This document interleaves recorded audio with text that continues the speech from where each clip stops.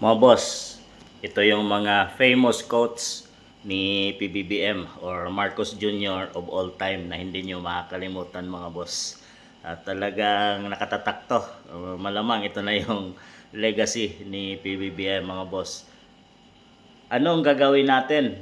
So, yung bagyong Christine yan mga boss. Napakamot siya sa kanyang ulo. Noong 2024, naging viral si Pangulong Bongbong Marcos matapos tanungin ang kanyang kabinete habang nagkakamot ng ulo sa isang disaster briefing sa panahon ng bagyong Christine. So parang natulala pa si PBBM doon mga boss, parang first time niya na magkaroon ng encounter sa kanyang administration na bagyo at talagang hindi niya alam ang kanyang may sagot sa mga media. Talagang napakamot siya ng ulo, parang bata na binatuhan ng problema at di masalo ni PBBM. Mahiya naman kayo doon sa flood control corruption. Ito yung ganyang suna mga boss, no? At taga sinabi ni Pangulong PBBM ang mga tiwaling pinuno ng gobyerno na mahiya sa kanilang sarili kasunod ng laganap na corruption sa flood control projects. So parang naging bayani pa siya doon mga boss. Sinasabing sinugpo ni PBBM ang corruption na laganap sa kanyang administration. Kung hindi ba naman siya yung Pangulo ng bansang Pilipinas, dapat nasugpuin niya talaga ang corruption. Hindi na kailangang sabing mahiya. Gamitan niya ng kamay na bakal dapat mga boss dahil siya yung pinakamataas na pinuno sa bansang Pilipinas at talagang kayang-kaya niya itong buwagin, sugpuin kung gugustuhin niya. Pero talagang kunyari nagtayo siya ng ICI na siya yung mag-iimbestiga at siya yung namili ng mga tauhan.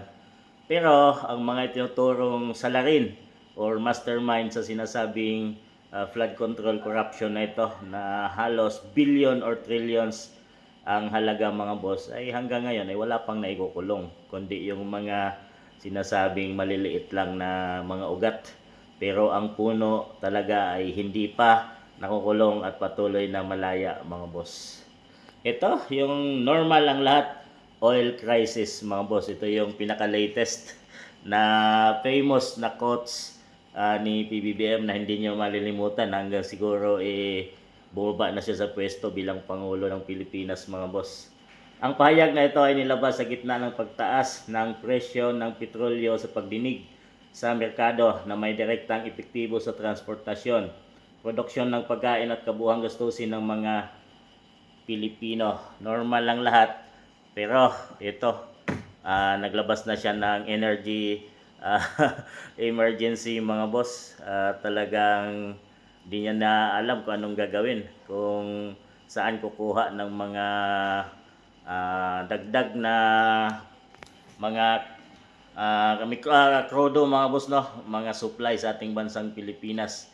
Dahil ngayon ay nakita natin sa social media doon sa kahabaan ng Commonwealth mga boss na talagang ang daming nag-aabang ng mga tao para maghintay ng masakyan mga boss, dahil kadalasan sa mga pasahero sa mga tsuper ay hindi na bumiyahe dahil sinabi nila na imbis na may uwi na lang sa pamilya ay kulang pa sa pambayad sa gasolina mga boss. So luging-lugi na at talagang apektado talaga ang mga mamayang Pilipino. Pero dito ay normal pa rin ang lahat na sinabi ni PBBM kahit ang totoo ay wala na talaga mga boss.